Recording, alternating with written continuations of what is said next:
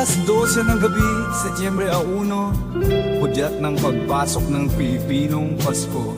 Ang Agosto na lumipas, kapalit ng tinatawag nating bear months. Mula Setyembre hanggang Disyembre, ramdam na natin ang Paskong darating. Si Jose Marichan, na-miss nyo ba?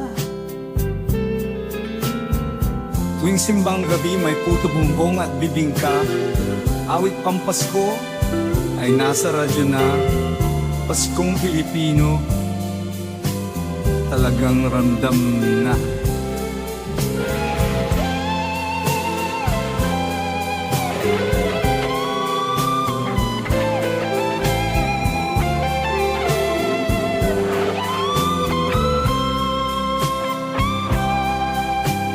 Tuwing simbang gabi, may puto bumbong at bibingka, awit pampasko ay nasa radyo na.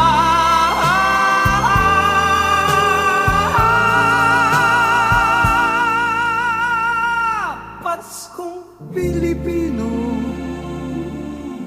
talagang ramdam na.